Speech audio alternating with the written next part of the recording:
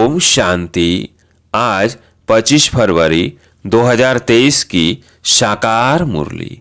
आज बाबा ने कहा, मीठे बच्चे, श्री श्री की श्रेष्ठ मत पर चलने से ही तुम न से श्री नारायण बनेंगे, निश्चय में ही विजय है।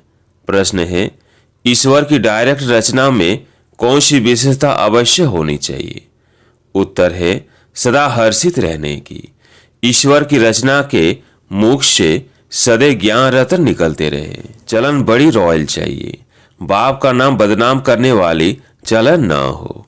रोना, लड़ना, झगड़ना, उल्टा सुल्टा खाना, ये ईश्वरी संतान के लक्षण नहीं। ईश्वर की संतान कहलाने वाले अगर रोते हैं, कोई अकर्तव्य करते हैं, तो बाप की इज्जत गंवाते हैं। इसलिए बच्चों को बहुत बहुत संभाल करनी है। सदा ईश्वरीय नशे में हर्षित मुख रहना है। ओम शांति। बच्चों का मुखड़ा देखना पड़ता है। यह कोई साधु संत नहीं, बाप दादा और बच्चे हैं। इसको कहा जाता है ईश्वरीय कुटुंब परिवार। ईश्वर यानी परम पिता, जिनका बच्चा है यह ब्रह्मा। फिर तुम हो ब्रह्म कुमार कुमारियां।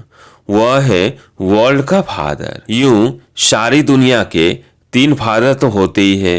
एक निराकार बाप, दूसरा प्रजापिता ब्रह्मा और तीसरा फिर लौकिक बाप। परंतु यह किसी को भी पता नहीं है। चित्र आदि बनाते हैं लेकिन जानते नहीं कि यह कब आए थे। शिव का भी चित्र है, ब्रह्मा विष्णु शंकर का भी चित्र है, परंतु वो क्या पाठ बजाते हैं, उन्हों का नाम क्यों गाया जाता है, यह कोई भी नहीं जानते। भल बहुत पढ़े हुए हैं, लाखों की संख्या लेक्चर सुनने जाती है, परंतु तुम बच्चों के आगे जैसे कुछ भी नहीं जानते। बिल्कुल ही तुच्छ बुद्धि है। बाबा आकर तुमको स्वच्छ बुद्धि बनाते हैं। तुम सब कुछ जानते हो। ऊंचे तो ऊंचा बाप है। अब नई रचना रच रहे हैं। नई दुनिया में नई रचना चाहिए ना। गांधी जी भी कहते थे, नई दुनिया, नया राज्य चाहिए। भारत ही है जिसमें एक राज्य सतयुग में होता है। सिर्फ सूर्यवंशी लक्ष्मी नारायण का राज्य होता है, फिर चंद्रवंशी का राज्य होता है, तो सूर्यवंशी प्राय लोप हो जाता है। फिर कहा जाता है चंद्रवंशी राज्य। हाँ, वो जानते हैं कि लक्ष्मी नारायण हो करके गए हैं, परंतु कहलाएगा राम सीता का राज्य। तो ब्रह्मा कोई क्रिएटर नहीं है, रचयिता एक बाप है। शिव बाबा रचता आते हैं, आकर बतलाते हैं कि मैं कैसे नई रचना रच रहा हूँ। ब्रह्मा द्वारा तुम ब्राह्मणों को रच रहा हूँ, तो बाप से जरूर वर्षा मिलना चाहिए। यह थोड़ी सी बात भी कोई समझ जाए तो 21 जन्मों के लिए अहो सौभाग्य। कभी भी दुखी व विधवा नहीं होंगे। यह किसकी बुद्धि में पूरा नशा ही नहीं है। हे बहुत सहज। गीत है, तकदीर जगाकर आई हूँ। ओम शांति। तुम आते हो इस पाठशाला में। किसकी पाठशाला है? श्रीमद् भगवत की पाठशाला। फिर उनका नाम गीता रख दिया है। श्रीमद् श्रेष्ठ श्रेष्ठ परमात्मा की है। वो अपने बच्चों को श्रेष्ठ मत दे रहे हैं। आगे तो तुम रावण की आसुरी मत पर चलते आए हो। अब ईश्वर बाप की मत मिलती है। मैं सिर्फ तुम्हारा बाप नहीं हूँ, तुम्हारा बाप भी हूँ, टीचर भी हूँ और सदगुरु भी हूँ। जो हमारे बनते हैं, कहते हैं शिव बाबा ब्रह्मा मुख द्वारा हम आपके बन गए। प्रतिज्ञा करते हैं, मैं आपकी हूँ, आपकी ही रहूंगी। बाबा ही कहते हैं तुम हमारे हो, अब मेरी मत पर चलना। श्रीमत पर चलने से तुम सो श्रेष्ठ लक्ष्मी नारायण बन जाएंगे, गारंटी है। कल पहले भी तुमको नर से नारायण, नारी से लक्ष्मी बनाया था। ऐसा कोई मनुष्य कह ना सके कि इसको कहने आएगा नहीं। ये बाप ही कहते हैं, मेरे बच्चे, मैं तुमको राजयोग सिखलाकर फिर से स्वर्ग का मालिक बनाता हूँ। सतयुग है अल्लाह की दुनिया। भगवती भगवान को अल्लाह कहेंगे। इस समय सब उल्टे लटके हुए हैं। चिल आकर दूंगा लगाती है ना, या भी माया दूंगा लगा देती है। दुखी होते रहते हैं। अभी बाप कहते हैं तुमको इन दुखों से विषय सागर से क्षीर सागर में ले चलते हैं। अब क्षीर सागर तो कोई है नहीं। कह देते हैं विष्णु सूक्ष्म वतन में क्षीर सागर में रहते हैं। ये अक्षर महिमा के हैं। अब मैं ज्ञान सागर तुम बच्चों को सौर का मालिक बनाता हूँ। तुम काम चिता पर बैठने से जलकर काले बन जाते हो। मैं आकर तुम पर ज्ञान वर्षा करता हूँ, जिससे तुम गोरे बन जाते हो। शास्त्रों में यह अक्षर है, सगर राजा के बच्चे जल मरे थे।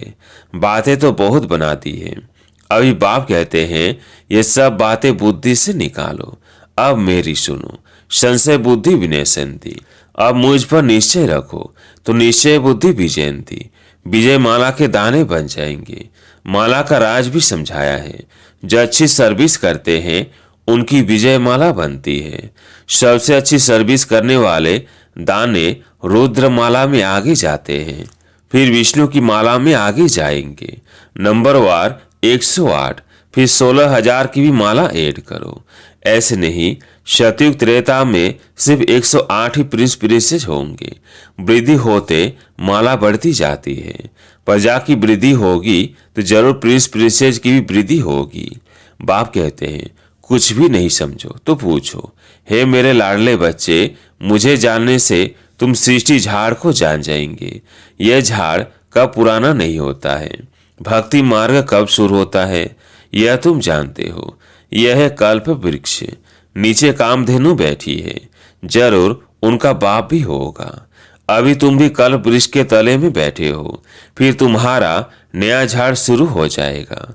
प्रजा तो लाखों के अंदाज में बन गई और बनती जाएगी।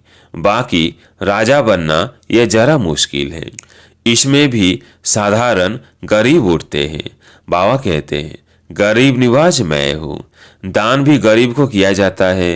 अहिल्याएं कुब्जाएं पाप आत्माएं जो है ऐसे से को मैं आकर वरदान देता हूँ। तुम एकदम सन्यासियों को भी बैठ ज्ञान देंगे।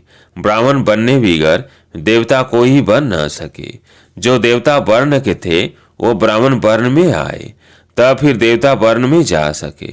तुम माता पिता गाते तो सब है, परंतु अब तुम प्रैक्टिकल में हो। यह है ब्राह्मणों की नई रचना। ऊंच तुझ चोटी ब्राह्मण, ऊंच तुझ भगवान, फिर ईश्वरीय संप्रदाय।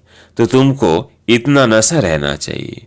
हम ईश्वर के पोत्रे पोत्रियां प्रजापिता के बच्चे हैं। अब ईश्वर के बच्चे तो सदैव हर्षित रहने चाहिए, कभी रोना नहीं चाहिए। यह बहुत ब्रह्म कुमार कुमारियां कहलाने वाले भी रोते हैं, खास कुमारियां। पुरुष रोते नहीं हैं तो रोने वाले नाम बदनाम कर देते हैं। वो माया के मुरीद देखने में आते हैं, शिव बाबा के मुरीद नहीं देखने में आते। बाबा अंदर में तो समझते हैं, परंतु बाहर से थोड़ी दिखलाएंगे, नहीं तो और ही गिर पड़े। बाबा कहते अपनी संभाल करो। सदगुरु की निंदा कराने वाला कभी ठोर नहीं पाएगा। वह समझ लेवे हम राजगद्दी कभी नहीं पाएंगे। तुम्हें तो सदैव हर्षित रहना चाहिए। जब तुम यह हर्षित रहेंगे तब एक ही जन्म हर्षित रहेंगे।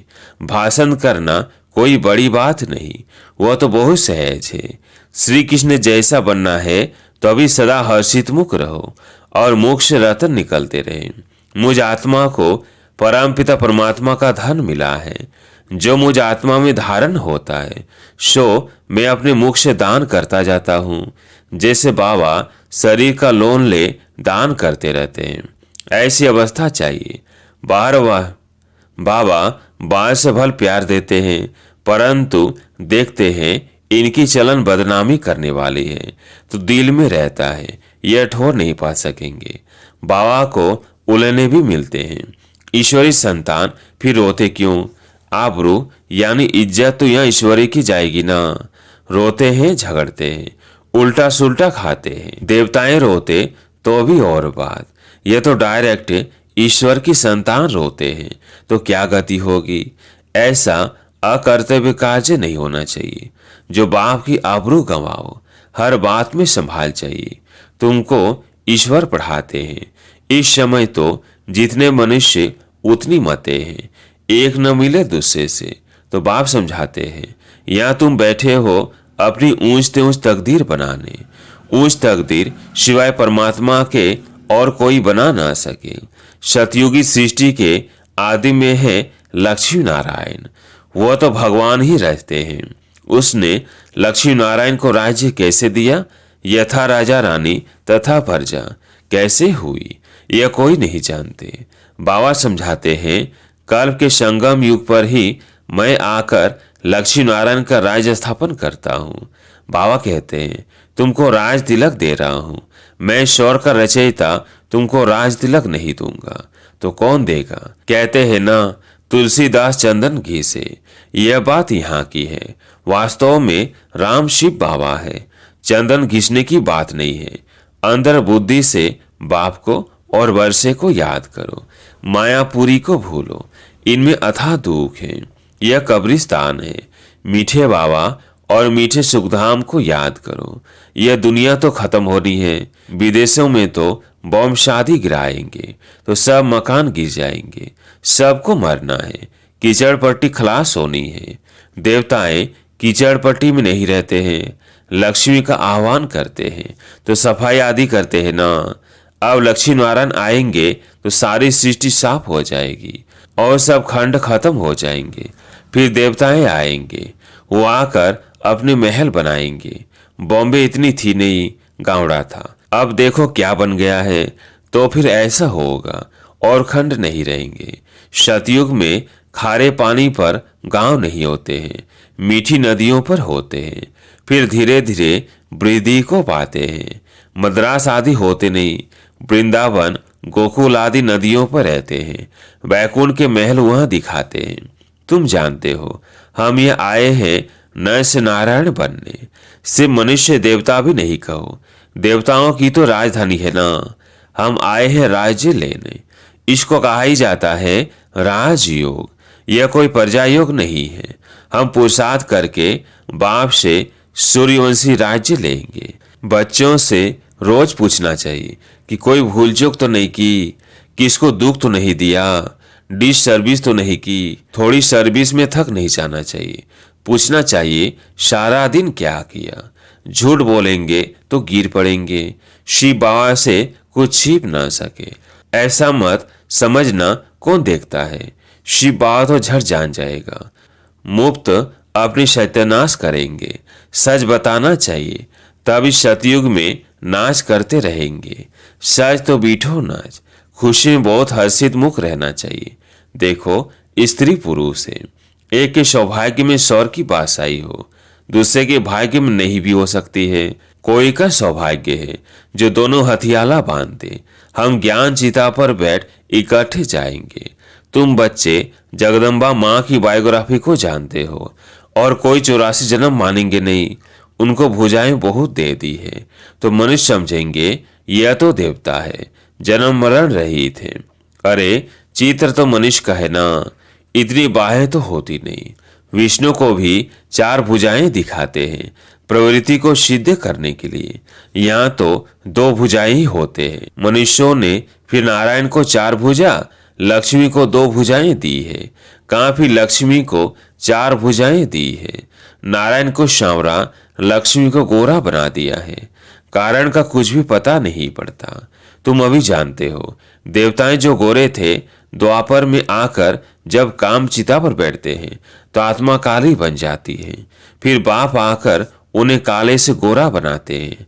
अच्छा, मीठे मीठे सिकिलधे बच्चों प्रति माता पिता बाप दादा का याद प्यार और गुड मॉर्निंग। रूहानी बाप की रूहानी बच्चों को नमस्ते। हम रूहानी बच्चों की रूहानी बाप दादा को याद प्यार गुड मॉर्निंग नमस्ते नमस्ते। धारणा के लिए मुख्य सार। पहला पॉइंट, मीठे बाबा और मीठे सुखधाम को याद करना है। इस मायापुरी को बुद्धि से भूल जाना है। दूसरा पॉइंट है, सर्विस में कभी थकना नहीं है। विजय माला में आने के लिए अथक को सर्विस करनी है। शिव बाबा से सच्चा रहना है। कोई भूल चूक नहीं करनी है। किसी को दुख नहीं देना है। आज प्यारे मीठे बाबा का वरदान, एक के पार द्वारा निराकार आकार को साकार में अनुभव करने वाले वरदानी मूर्त भव। एक के पार द्वारा निराकार आकार को साकार में अनुभव करने वाले वरदानी मूर्त भव। सिर्फ एक का पाठ पक्का करके वरदाता को राजी कर लो तो अमृत वेले से रात तक हर दिनचर्या के कर्म में वरदानों से ही पलते चलते उड़ते रहेंगे। वो एक का पाठ है, एक बल एक भरोसा, एक मत एक रस, एकता और एकांत प्रिय। ये एक शब्द ही बाप को प्रिय है। जो इस एक का पाठ पक्का कर लेते हैं उन्हें कभी मुश्किल का अनुभव नहीं होता। ऐसे वरदानी आत्मा को विशेष वरदान प्राप्त होता है, इसलिए वे निराकार आकार को जैसे आकार अनुभव करते हैं। स्लोगन है, किसी से किनारा करके अपनी अवस्था बनाने के बजाय सर्व का सहारा बनो। किसी से किनारा करके अपनी अवस्था बनाने के बजाय सर्व का सहारा बनो। अच्छा, ओम शांति।